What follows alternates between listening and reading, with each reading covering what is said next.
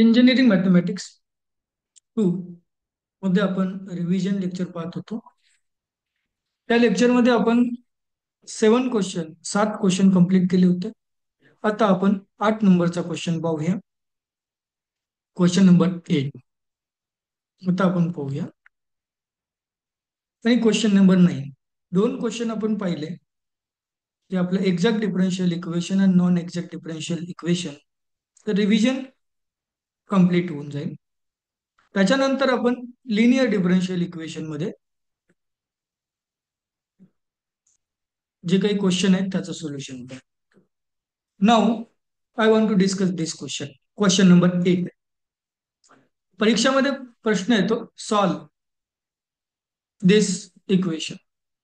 Means y in bracket 2 x square y plus e to the power x dx is equal to e to the power x plus y cube dy. आणि हा equation मला solve करायला सांगितलं. आता equation solve करत असताना हे equation as it is लिहा. हे equation me as it is लिहिलं.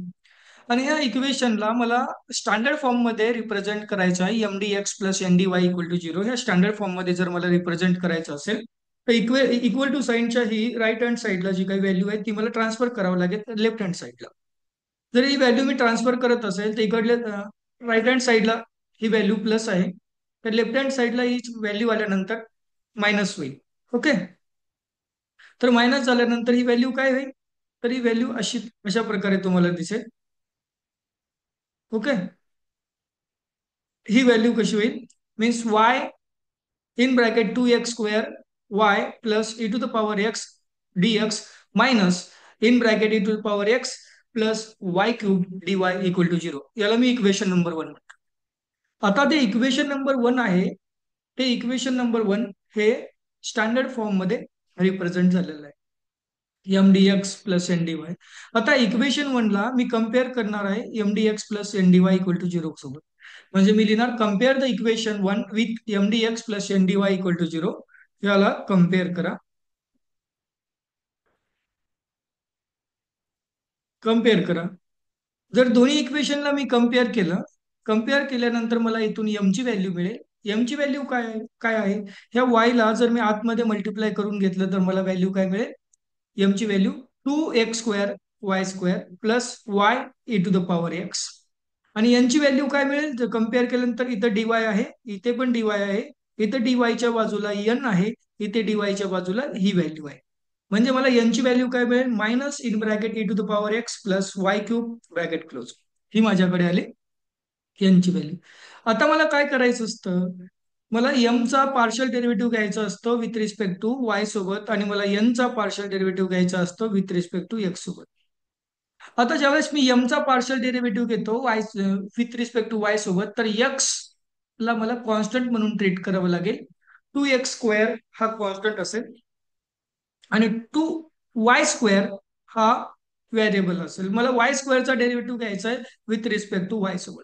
y² डेरिव्हेटिव्ह तो 2y आणि हा 2 आणि हा 2 मल्टिप्लिकेशन मध्ये जाईल. दोन्हीचं मल्टिप्लिकेशन होईल आणि काही डेरिव्हेटिव्ह घेतल्यानंतर फर्स्ट टर्मचा काय डेरिव्हेटिव्ह होईल, 4x² आणि सेकंड टर्म कडे पाहिल्यानंतर विथ रिस्पेक्ट टू वाय न मी डेरिव्हेटिव्ह घेत आहे. E to the power x हा फंक्शन एक्स आहे, त्याच्यामुळे तो कॉन्स्टंट असेल ऍज इट इज मी लिहिला. आणि वायचा derivative with respect to Y 1 येतो म्हणून येते 1. Okay, multiplication. आता मला एन ची व्हॅल्यू माझ्याकडे आलेली आहे minus E to the power x plus Y cube. आता मला एनचा पार्शियल डेरिव्हेटिव्ह घ्यायचा आहे विथ रिस्पेक्ट टू एक्स सोबत. एनचा पार्शियल डेरिव्हेटिव्ह घ्यायचा आहे विथ रिस्पेक्ट टू एक्स सोबत. तर इथं पाहिल्यानंतर मला असं लक्षात येईल वाय क्यूब हे फंक्शन वायचं आहे, आणि ज्या वेळेस मी पार्शियल डेरिव्हेटिव्ह यांचा विथ रिस्पेक्ट टू एक्स घेत असतो त्यावेळेस वायला मला कॉन्स्टंट म्हणून ट्रीट करावं लागत असतं, आणि कॉन्स्टंटचा डेरिव्हेटिव्ह 0 असतो. कॉन्स्टंटचा डेरिव्हेटिव्ह 0 असतो. आणि ई टू द पॉवर एक्सचा derivative E to the power एक्सच असतो, आणि मायनस ऍज इट इज समोर लिहिलं. आता हा partial derivative with respect to y means partial derivative of M with respect to y means do M by do y आणि do N by do x. या दोन्हीची व्हॅल्यू मला compare करावं लागेल. जर या दोन्हीची व्हॅल्यू इक्वल आली तर ते एक्झॅक्ट डिफरन्शियल इक्वेशन असतं. दोन्हीची व्हॅल्यू इक्वल नाही आली तर ते नॉन एक्झॅक्ट डिफरन्शियल इक्वेशन असतं. आता ह्या इक्वेशनकडे पाहिल्यानंतर मला असं लक्षात येतं की इथं डो एम बाय डो वाय आणि do N by do x ही व्हॅल्यू इक्वल नाही आहे. जसं मला समजलं की ही व्हॅल्यू इक्वल नाही आहे, मी लगेच कन्क्लुजन काढू शकतो की given differential equation is non exact. जे दिलेलं डिफरन्शियल इक्वेशन आहे ते नॉन एक्झॅक्ट डिफरन्शियल इक्वेशन आहे, इतकी मला व्हॅल्यू कळाली. आता मला तर त्या नॉन एक्झॅक्ट डिफरन्शियल इक्वेशनचं सोल्युशन काढायचं आहे. तर नॉन एक्झॅक्ट डिफरन्शियल इक्वेशनचं सोल्युशन काढत असताना मला rule number 1, rule number 2, rule number 3, rule number 4, rule number 5 असे डिफरंट रूल आहेत. कोणता रूल यूज करावा लागेल हे मला चेक करावं लागतं. कोणता रूल इथे यूज होतो हे मला चेक करावं लागतं. आता बघा, इक्वेशन कडे आपण पाहूया. जे आपल्याला इक्वेशन दिलं ते कोणत्या स्टँडर्ड फॉर्म मध्ये आहे, तर स्टँडर्ड फॉर्म मी लिहिलेलाच आहे. आता इक्वेशन 1 कडे पाहिल्यानंतर आपल्याला लक्षात येईल की फर्स्ट टर्म जी आहे त्याच्यामधून मी वाय कॉमन काढलेला आहे आणि डीएक्स सोबत जी टर्म दिसते तिथून वाय मी कॉमन काढलेला आहे आणि इकडून डीवाय सोबत जी टर्म दिसते त्याच्यामधून मी एक्स कॉमन काढू शकत नाहीये, म्हणजे त्याच्यामधून काहीच कॉमन काढलेलं नाही. म्हणजे ह्या इक्वेशनला पाहिल्यानंतर मला असं लक्षात येईल y F1 dx plus F2 dy equal to 0. या स्टँडर्ड फॉर्म मध्ये ते इक्वेशन आहे. ज्या वेळेस आपण वाय कॉमन निघतं फर्स्ट टर्म मधून त्यावेळेस ते रूल नंबर 4 यूज केला जातो. म्हणजे ज्या इक्वेशनकडे पाहिल्यानंतर मला असं लक्षात येतं की जे गिवन डिफरन्शियल इक्वेशन आहे ते ह्या स्टँडर्ड फॉर्म मध्ये आहे. Y F1 dx plus F2 dy equal to 0. या स्टँडर्ड फॉर्म मध्ये ज्यावेळेस इक्वेशन असेल त्यावेळेस मला रूल नंबर 4 यूज करावा लागेल. रूल नंबर 4 यूज करत असताना यूज करून जर आपण इंटिग्रेटिंग फॅक्टर जर मला फाइंड करायचं असेल त्यावेळेस मला फर्स्ट ऑफ ऑल ही व्हॅल्यू फाइंड करावी लागते. Do n x minus do m y means partial derivative of n with respect to x minus partial derivative of M with respect to y. दोघांचं मला काय करावं लागत असतं, सबट्रॅक्शन आणि डिवायडेड बाय एम. आता वरी मी पार्शियल डेरिव्हेटिव्ह ऑफ एन पण काढलेला आहे, partial derivative of n with respect to x पण काढलेला आहे आणि partial derivative of M with respect to y पण काढलेला आहे आणि एमची पण व्हॅल्यू तुम्हाला माहित आहे, लिहिलेली आहे. आता मी इथं त्याची व्हॅल्यू पुट करतोय. एन ची व्हॅल्यू काय, partial derivative of n with respect to x ची व्हॅल्यू आहे minus E to the power x. ती व्हॅल्यू त्याच्या जागेवर पुट केली. हे मायनस फॉर्म्युल्यामधलं आहे आणि हे बघा 4x² Y minus E to the power x ही आहे तुमच्या एम वायची व्हॅल्यू. एम वायच्या व्हॅल्यूला मायनसनं मल्टिप्लाय करून जी काय व्हॅल्यू व्हॅल्यू ती पुट केलेली आहे. Means partial derivative of M with respect to Y आहे, व्हॅल्यू पुट केली. त्याच्यानंतर एम ची जी काही व्हॅल्यू आहे ती एम ची व्हॅल्यू मी ऍज इट इज पुट केली. एम ची व्हॅल्यू आहे y in bracket 2x² y plus e to the power x as it is put केली.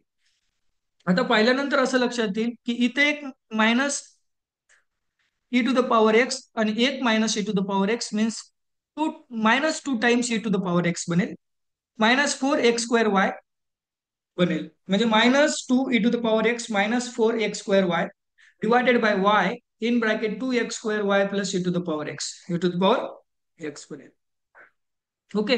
आता मी काय करतो, न्यूमरेटर मध्ये जी काही टर्म आहे त्यामधून -2 कॉमन काढतो. न्यूमरेटर मध्ये जी काही टर्म आहे त्याच्यामधून -2 जर कॉमन काढला तर न्यूमरेटरला मला काय टर्म मिळेल, तर न्यूमरेटरला मला टर्म मिळेल 2x² y plus e to the power x divided by y 2x² y plus e to the power x अशी मला टर्म मिळेल. आणि 2x² y plus e to the power x आणि 2x² y plus e to the power x ही cancel होऊन जाते. ह्या दोन टर्म कॅन्सल होऊन जातील आणि तुमच्याकडे काय उरेल -2 divided by Y, -2 divided by Y. ही ह्या टर्मची व्हॅल्यू आलेली आहे तुमच्याकडे. काही काही मेजॉरिटी स्टुडंट काय मिस्टेक करतात, ह्या टर्मला ते इंटिग्रेटिंग फॅक्टर म्हणतात. नाही, ह्या टर्मची जी काही व्हॅल्यू येते ती व्हॅल्यू तुम्हाला आलेली ते फंक्शन येतं, फंक्शन एक्स किंवा फंक्शन वायचं फंक्शन येतं असतं आणि ते आलेलं फंक्शन वापरून आपण इंटिग्रेटिंग फॅक्टर काढत असतो. आता ह्या n x minus m y divided by m याच्याकडे पाहिल्या याची व्हॅल्यू काय आली -2 बाय वाय आणि याच्याकडे पाहिल्यानंतर मला असं लक्षात येतं की याच्यामध्ये फक्त वायच दिसतं.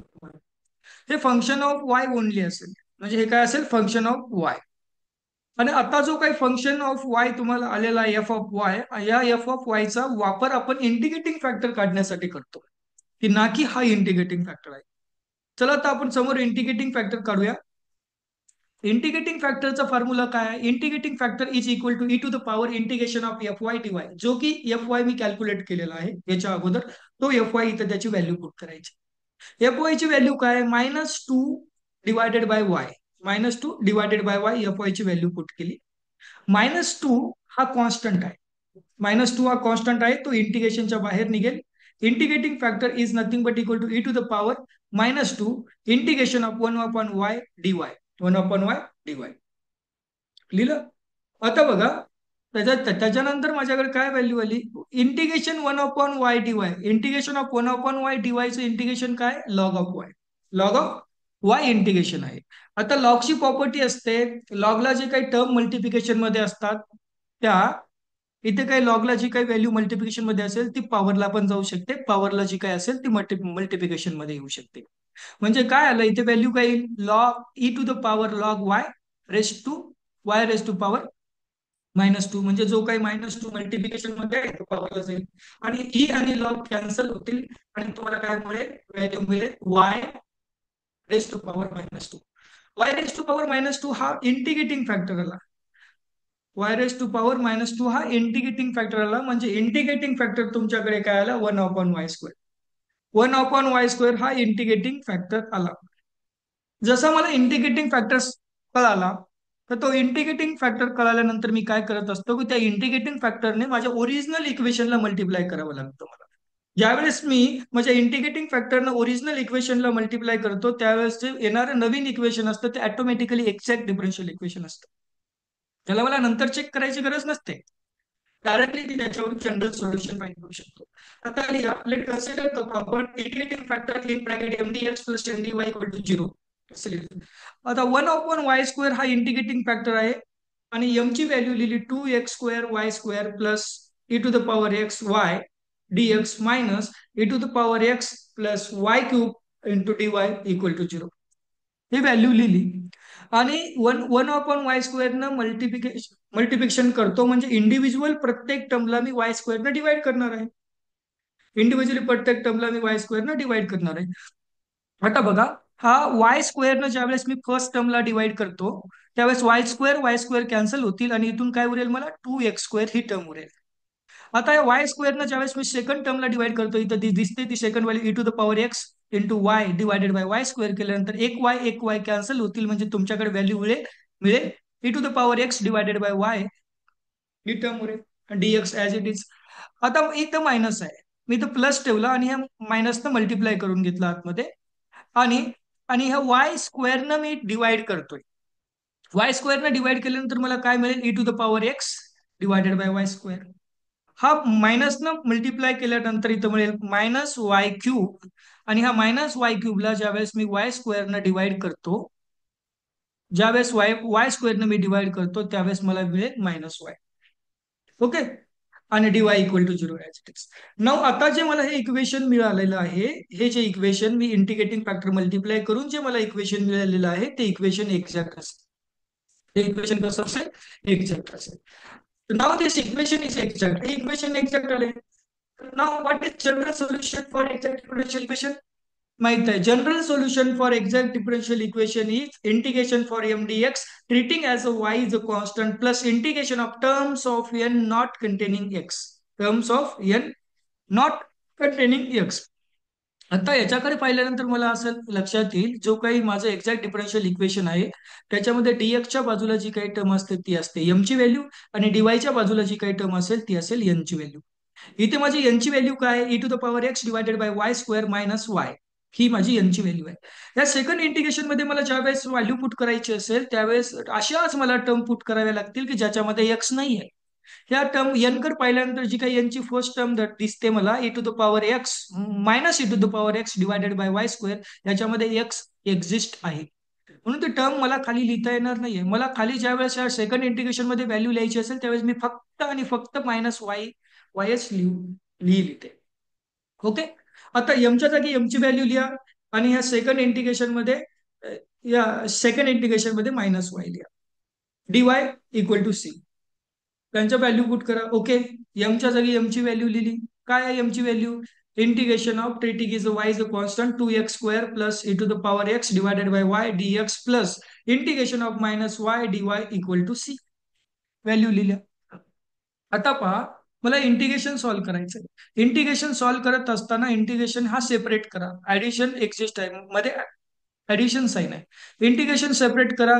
फर्स्ट टर्मला इंटिग्रेशन अप्लाय करा, सेकंड टर्मला इंटिग्रेशन अप्लाय करा आणि y ला कॉन्स्टंट म्हणून ट्रीट करतोय, याचा अर्थ y ला इंटिग्रेशनच्या बाहेर काढा. हा, ठीक आहे. आता फर्स्ट इंटिग्रेशन मी सॉल्व्ह करतोय. फर्स्ट सॉल्व्ह करत असताना आता बघा इथे, इथं मी लिहिलं टू कॉन्स्टंट आहे. टू कॉन्स्टंट आहे म्हणून इंटिग्रेशनच्या बाहेर काढला. इंटिग्रेशन मध्ये x² dx राहिला प्लस 1/y इंटिग्रेशनच्या बाहेर काढला. इंटिग्रेशन मध्ये e to the power x dx राहिला मायनस y, इथून मायनस कॉमन काढला. इंटिग्रेशन मध्ये y into dy equal to C राहिला. ओके, आता पॉवर रूल जे असेल इंटिग्रेशनचा, म्हणजे integration of x raise to power n dx is nothing but equal to x raise to power n plus one divided by n plus one. म्हणजे काय असतं, तर जर मला इंटिग्रेशन काढायचं असेल एक्स स्क्वेअरचं, x race to power N अशा फंक्शनचं जर मला इंटिग्रेशन काढायचं असेल तर पॉवरला एक ने इन्क्रीज करावा लागतो. म्हणजे पॉवरला एक ने इन्क्रीज करा. टू ऍज इट इज लिहिला, पॉवरला एक ने इन्क्रीज केला, तोच पॉवर झाला x³ आणि जो काही नवीन पॉवर बनत असतो तर त्यांना डिवाइड करा. म्हणजे एक्स स्क्वेअरचं इंटिग्रेशन येतं x³ divided by 3 plus one upon Y as it is. E to the power एक्सचं इंटिग्रेशन आहे e to the power x आणि वाय स्क्वेअर, वायचं इंटिग्रेशन असतं y² डिवायडेड बाय 2. वायचा पॉवर वन आहे, वायचा पॉवर वन ने इन्क्रीज करा, 1 प्लस 1 2 बनेल. हा नवीन पॉवर जो आला त्यांना डिवाइड करा. म्हणजे वायचं इंटिग्रेशन असतं y² डिवायडेड बाय 2 आणि C as it is integrating factor. आणि जी काही ही व्हॅल्यू मी लिहिली रेक्टँगल मध्ये, तो तुमचं काय असेल, जनरल सोल्युशन असेल. हे काय असेल तुमचं जनरल सोल्युशन असेल. हे जनरल सोल्युशन असेल. आता ह्या एक्झॅक्ट डिफरन्शियल इक्वेशन आणि नॉन एक्झॅक्ट डिफरन्शियल इक्वेशनचा आपण लास्ट क्वेश्चन पाहूया. Question number 9. Question number 9. चला आता मला सॉल्व्ह करायचं आहे. What question number 9 you want to solve the question number 9. Exam मध्ये येईल की क्वेश्चन नंबर 9 हा सॉल्व्ह करा म्हणून फक्त. तर तुम्हाला चेक करावं लागतं फर्स्ट ऑफ ऑल एक्झॅक्ट आहे का नाही एक्झॅक्ट. आणि एक्झॅक्ट नसेल तर कोणत्या रूलमध्ये बसतं, त्या रूल सिस्टमॅटिक मध्ये सॉल्व्ह करावं लागेल. काय ब्रॅकेटमध्ये question number 9, x² plus y² x² y² plus xy plus 1 bracket multiplication y into dx plus x² y² minus xy plus 1 bracket close dx x into dy equal to 0. हे equation आहे. हा equation मला solve करायचं. As it is equation जशाला तसं solution करत असताना जशाला तसं सोल्युशन मध्ये लिहिलं. ऍज इट इज इक्वेशन लिहिलं. ऍज इट इज इक्वेशन लिहिल्यानंतर हे इक्वेशन मला कसं आहे की स्टँडर्ड फॉर्म मध्ये इक्वेशन दिसत आहे. आता इक्वेशन 1 ला कम्पेअर करावं लागेल. Comparing equation number 1 with the standard form means mdx plus ndy equal to 0. ह्या दोघांचं कम्पॅरिझन करा. कम्पॅरिझन करत असताना मला असं लक्षात येईल की इथं dx आहे, इथं पण dx आहे. dxच्या साईडला खालच्या टर्म मध्ये m आहे आणि वरच्या टर्म मध्ये ही व्हॅल्यू आहे. म्हणजे ह्या m ची व्हॅल्यू ही असेल. दोघांचं कंपॅरिझन करून आपण m आणि n ची व्हॅल्यू फाइंड करू शकतो. हा जो y दिसतोय dx च्या बाजूला, आतमध्ये मल्टिप्लाय करून घ्या आणि m ची व्हॅल्यू करा. म्हणजे m ची व्हॅल्यू तुम्हाला काही x² y³ plus x y² plus y. आणि यांची व्हॅल्यू तुम्हाला काही कम्पॅरिझन केल्यानंतर हा जो टीवायच्या बाजूला एक्स दिसतोय तो एक्स आतमध्ये मल्टिप्लाय करून घ्या. म्हणजे तुम्हाला यांची व्हॅल्यू येईल x³ y² minus x² y plus x plus x. आता आपल्याकडे m ची पण व्हॅल्यू आली आणि आपल्याकडे n ची पण व्हॅल्यू आली. त्याच्यानंतर माझी नेक्स्ट स्टेप असते की m ला पार्शियल डिफरन्शिएशन करा विथ रिस्पेक्ट टू y सोबत. म्हणजे डो m बाय डो y ची व्हॅल्यू फाइंड करा. म्हणजे मी ज्यावेळेस पार्शियल डिफरन्शिएशन करत असतो y सोबत, त्यावेळेस मला x ला कॉन्स्टंट म्हणून ट्रीट करावं लागतं. हा पहिल्या टर्म मध्ये पहा की x² हा मला कॉन्स्टंट ट्रीट म्हणून करावा लागेल. x² ऍज इट इज लिहिला आणि y³ डेरिव्हेटिव्ह असतो 3y² म्हणून इथं 3x² y² पहिल्या टर्मचा डेरिव्हेटिव्ह प्लस सेकंड टर्मचा मला डेरिव्हेटिव्ह घ्यायचा. मी y चा डेरिव्हेटिव्ह घेतो with respect to means partial derivative with respect to Y न चालत असेल त्यावेळेस एक्सला मला कॉन्स्टंट ट्रीट करावं लागेल, म्हणून एक्स हा कॉन्स्टंट ॲज इट इज लिहिला. वाय स्क्वेअरचा डेरिव्हेटिव्ह असतो 2y, म्हणून ह्या सेकंड टर्मचा डेरिव्हेटिव्हला 2xy आणि प्लस वाय, वायचा derivative with respect to Y 1 म्हणून ही 1. म्हणजे मला partial derivative of M with respect to y ची व्हॅल्यू ही आली. 3x² y square plus 2xy plus 1 ही आली. आता मला n ला पार्शियली डिफरन्शिएट करावं लागेल x सोबत. n ला पार्शियली डिफरन्शिएट करावं लागेल x सोबत. ज्यावेळेस मी x सोबत पार्शियली डिफरन्शिएट करत असतो त्यावेळेस मला y हा कॉन्स्टंट म्हणून ट्रीट करावा लागेल. वाय स्क्वेअर हा कॉन्स्टंट म्हणून ऍज इट इज लिहिला आणि एक्स क्यूबचा डेरिव्हेटिव्ह असतो 3x², तो इथे लिहिला, म्हणजे फर्स्ट टर्मचा डेरिव्हेटिव्ह आला. आता सेकंड टर्मचा मला डेरिव्हेटिव्ह घ्यायचा आहे, तर वाय ला कॉन्स्टंट म्हणून ट्रीट केलं, ऍज इट इज वाय लिहिला आणि एक्स स्क्वेअरचा डेरिव्हेटिव्ह असतो 2x, ऍज इट इज इथं 2x लिहिलं है ना, 2x. आणि एक्सचा डेरिव्हेटिव्ह विथ रिस्पेक्ट x1 तिथं लिहिलं. म्हणजे आता माझ्याकडे डो एम बाय डो वाय आणि do N by do x या दोघांच्या पण व्हॅल्यू आल्या. दोघांच्या व्हॅल्यू मी पाहिल्यानंतर माझ्या असं लक्षात येईल या दोघांच्या व्हॅल्यू इक्वल नाहीये. दोघांच्या व्हॅल्यू इक्वल नाहीये. म्हणजे do M by do Y is not equal to do N by do X. दोघांच्या व्हॅल्यू इक्वल नाहीयेत. जर दोघांच्या व्हॅल्यू इक्वल नाहीयेत असं मला समजलं तर याचं मी कन्क्लुजन असं काढू शकतो, तर given differential equation is not exact.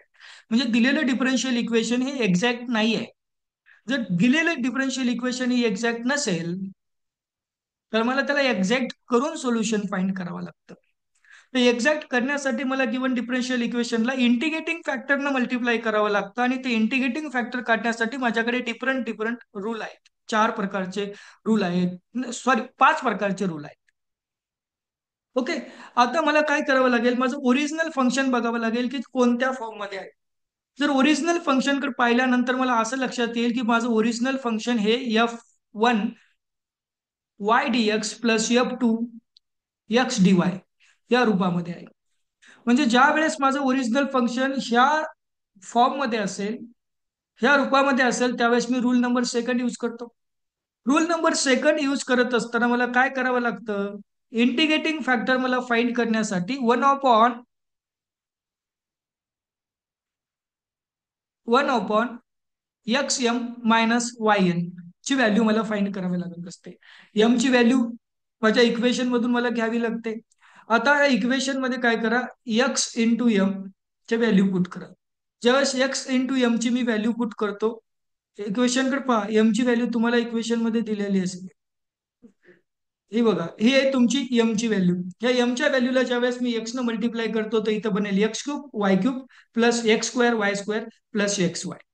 ती व्हॅल्यू तिथे पुट करा आणि यांच्या व्हॅल्यूला ज्यावेळेस मी y न मल्टिप्लाय करेल तर इथं बनेल x³ y³ मायनस x²y² आणि x²y² आणि xy आणि xy बनेल. ओके. त्या व्हॅल्यू पुट केल्या, त्या व्हॅल्यू तिथं पुट केल्या, म्हणजे एक्स इंटू एम ची व्हॅल्यू पुट केली, x³ y³ plus x²y² plus xy minus x³ y³ plus x²y² minus xy आणि same term with opposite sign cancel होईल. म्हणजे x³ y³ आणि प्लसचा आणि x³ मायनसचा कॅन्सल होऊन जातील. एक्स वाय प्लसचा xy मायनसचा कॅन्सल होऊन जातील आणि माझ्याकडे काय मिळेल, डिनॉमिनेटर मध्ये 2 टाइम्स x² मिळतील. आता माझ्याकडे इंटिग्रेटिंग फॅक्टर काय आला, integrating factor 1/(2)x²y², 1/(2)x²y² means 1/(2)x²y² हा माझा इंटिग्रेटिंग फॅक्टर आला. आता मी काय करत असतो, इंटिग्रेटिंग फॅक्टर आल्यानंतर या इंटिग्रेटिंग फॅक्टर मध्ये जो काही कॉन्स्टंट असेल किंवा निगेटिव्ह साईन असेल त्याला मी इलिमिनेट करत असतो, त्याला मी कन्सिडरच करत नसतो इंटिग्रेटिंग फॅक्टर मध्ये. हा. आता काय करा, ह्या टू हा कॉन्स्टंट आहे, कॉन्स्टंटला इलिमिनेट करा, इंटिग्रेटिंग फॅक्टर मध्ये त्याला कन्सिडर करू नका. कन्सिडर करू नका आणि नवीन मग त्याला न कन्सिडर करता इग्नोरिंग केल्यानंतर माझ्याकडे इंटिग्रेटिंग कॉन्स्टंट काय येईल, इंटिग्रेटिंग फॅक्टर काय येईल माझ्याकडे, 1/(x²y². म्हणजे इग्नोर केल्यानंतर, इग्नोरिंग द कॉन्स्टंट, टू हा कॉन्स्टंट आहे, टूला इग्नोर केल्यानंतर माझ्याकडे इंटिग्रेटिंग फॅक्टर काय येईल, इंटिग्रेटिंग फॅक्टर 1/(x²y² येईल. ओके. x²y² आला. आता जो काही माझ्याकडे इंटिग्रेटिंग फॅक्टर आला त्या इंटिग्रेटिंग फॅक्टरनं मी माझ्या ओरिजिनल इक्वेशनला जर मल्टिप्लाय केलं तर मला काय मिळतं, एक्झॅक्ट डिफरन्शियल इक्वेशन येतं. म्हणजे मी कन्सिडर करेल integrating factor into original equation equal to 0. आता इंटिग्रेटिंग फॅक्टर काय, 1/x² y². इक्वेशन काय माझं, x² y² + x y² + y dx +x³ y² - x² y + x dy equal to 0. Equation लिहिलं. आता मला या इंटिग्रेटिंग फॅक्टरनं मल्टिप्लाय करणं, याचा अर्थ असा होतो की ह्या इक्वेशन मधल्या प्रत्येक टर्मला x² y² डिवाइड करा. म्हणजे या इक्वेशनच्या प्रत्येक टर्मला मी x² y² ने डिवाइड केलं. x² y³ divided by x² y² plus x y² divided bye x² dx plus x³ divided bye x² minus x² divided by x² plus x divided bye x². प्रत्येक टर्मला x² न मी divide केलं. आता next टर्मला जी काही cancel होत असेल ती cancel, same same term cancel करा. x² cancel, y² cancel होईल. इथे पण डिनॉमिनेटर मधून पण y² कॅन्सल होईल, न्यूमरेटर मधून पण y² कॅन्सल होईल. म्हणजे न्यूमरेटर मध्ये y तुम्हाला एक्झिस्ट राहील. प्लस y² कॅन्सल होऊन जाईल. एक एक एक एक्स एक एक्स कॅन्सल होऊन जाईल. म्हणजे तुम्हाला डिनॉमिनेटर मध्ये एक एक्स मिळेल. प्लस इथे एक वाय कॅन्सल होऊन जाईल. म्हणजे तुम्हाला काय मिळेल, 1/x² dx प्लस आता इथे y² कॅन्सल होऊन जाईल. x² कॅन्सल होऊन जातील आणि न्यूमरेटर मध्ये तुम्हाला एक एक्स मिळेल. म्हणजे एक एक्स दिला. इथे x² कॅन्सल झालं. न्यूमरेटरचा एक वाय आणि डिनॉमिनेटरचा एक वाय कॅन्सल होईल. म्हणजे डिनॉमिनेटर मध्ये तुम्हाला वाय मिळेल. Plus 1/x². एक एक इथं एक एक्स कॅन्सल होईल. म्हणजे तुम्हाला इथं मिळेल 1/xy². dy equal to 0. आता जे काही इक्वेशन माझ्याकडे आलेलं आहे इंटिग्रेटिंग फॅक्टर मल्टिप्लाय करून, ते इक्वेशन माझ्याकडे आता एक्झॅक्ट आहे. हे इक्वेशन काय, exact. Now this equation is become exact. जर इक्वेशन एक्झॅक्ट असेल तर त्या एक्झॅक्ट इक्वेशनचं सोल्युशन कसं फाइंड करतात, तर माझ्याकडे फॉर्म्युला आहे. What is general solution for this exact differential equation, या फॉर्म्युल्याने काढतो. The general solution for exact differential equation is integration for m dx treating as y is a constant plus integration of terms of n not containing x. म्हणजे या equation मधून अशाच term मला put कराव्या लागतील की ज्या टर्म मध्ये एक्स नाहीये. आता ज्या इक्वेशन नवीन जे इक्वेशन मला भेटलं इंटिग्रेटिंग फॅक्टर मल्टिप्लाय करून, ते इक्वेशन एक्झॅक्ट असतं. आणि त्या एक्झॅक्ट इक्वेशन मध्ये डीएक्सच्या साईडला जो काही टर्म असेल ती व्हॅल्यू असते एम ची, आणि डीवायच्या बाजूला जी काही टर्म असेल ती व्हॅल्यू असते एन ची. आता या फॉर्म्युल्यामध्ये व्हॅल्यू पुट करावी लागेल. डीएक्सच्या बाजूला जी काही टर्म आहे ती एम ची व्हॅल्यू आहे. एम ची व्हॅल्यू एमच्या जागेवर पुट करा. आणि सेकंड इंटिग्रेशन मध्ये इथे मला काय करावं लागेल, टर्म्स एनच्या अशाच टर्म पुट कराव्या लागतील की ज्याच्यामध्ये वाय नाही, एक्स नाहीये. इथे पण एक्स एक्झिस्ट आहे म्हणजे ही टर्म नाही पुट करता येणार. थर्ड टर्म मध्ये पण एक्स एक्झिस्ट आहे, ही पण टर्म नाही नाही पुट करता येणार. म्हणजे सेकंड इंटिग्रेशन मध्ये मला फक्त आणि फक्त वाय ची टर्म पुट करता येईल, ती म्हणजे -1/y. -1/y. चला त्याची व्हॅल्यू त्याच्या जागी पुट करू आपण. व्हॅल्यू पुट केल्या.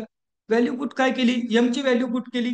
y plus 1/x plus 1/x² dx plus integration of -1/y dy equal to C. आता काय करा, हे इंटिग्रेशन सेपरेट करा. आता काय करा, इंटिग्रेशन सेपरेट करा. इंटिग्रेशन सेपरेट करू आपण. आणि ह्या इंटिग्रेशन मधून काय करू, वाय ला कॉन्स्टंट ट्रीट करतो आपण. त्याच्यामुळे वाय कॉमन करू बाहेर. आता वायला कॉन्स्टंट कॉन्स्टंट इंटिग्रेशन मध्ये राहत नाही ना. आता बघा, पहिल्या टर्मला हा इंटिग्रेशन आतमध्ये मल्टिप्लाय होईल आणि हा वाय कॉन्स्टंट असल्यामुळे वाय बाहेर निघेल. इंटिग्रेशन मध्ये फक्त 1 उरेल डीएक्स, हा पहिल्या टर्म साठी. सेकंड टर्म मधून काय 1/x आहे, यातून कॉमन काढण्यासाठी काहीच नाहीये. म्हणजे कॉन्स्टंट आपण निघू शकत नाही, म्हणजे plus 1/x dx as it is. आता थर्ड टर्म मध्ये 1/y हा कॉन्स्टंट आहे म्हणून इंटिग्रेशनच्या बाहेर 1/y आला. इंटिग्रेशन मध्ये 1/x² dx. आणि इथून मायनस कॉमन काढला इंटिग्रेशनच्या, -1/y dy equal to C. आता बघायचं इंटिग्रेशन घ्या. वनचं इंटिग्रेशन असतं एक्स, 1/x इंटिग्रेशन असतं log X, 1/y as it is. 1/x² integration असतं -1/x. 1/x² इंटिग्रेशन असतं -1/x. आणि 1/y चं इंटिग्रेशन असतं लॉग वाय. 1/y चं इंटिग्रेशन असतं log Y equal to C लिहिलं. आता काय करा, न्यूमरेटरचं मल्टिप्लिकेशन करा आणि याला सिस्टमॅटिकली लिहा. डिनॉमिनेटरचं मल्टिप्लिकेशन करा. आता इथे लिहिलं मी एक्स इंटू वाय म्हणजे X Y. First log X as it is. हा प्लस आणि हा मायनस मल्टिप्लिकेशन होईल -1/xy आणि हा minus log Y as it is equal to C. आणि जे काय बी रेक्टँगल मध्ये जी काय व्हॅल्यू लिहिलेली आहे हे असेल जनरल सोल्युशन असेल. कशाचं? तर गिवन डिफरन्शियल इक्वेशनचं हे काय असेल? जनरल सोल्युशन असेल. आता आता इथं आपण संपलो की एक्झॅक्ट डिफरन्शियल इक्वेशन आणि नॉन एक्झॅक्ट डिफरन्शियल इक्वेशनचे आपण आता इथं क्विक रिव्हिजन केलेलं आहे. त्याच्यानंतर आपण नेक्स्ट लेक्चरमध्ये लिनियर डिफरन्शियल इक्वेशन पाहूया. What is linear differential equation आणि how to find the solution for linear differential equation. आता इथेच थांबूया.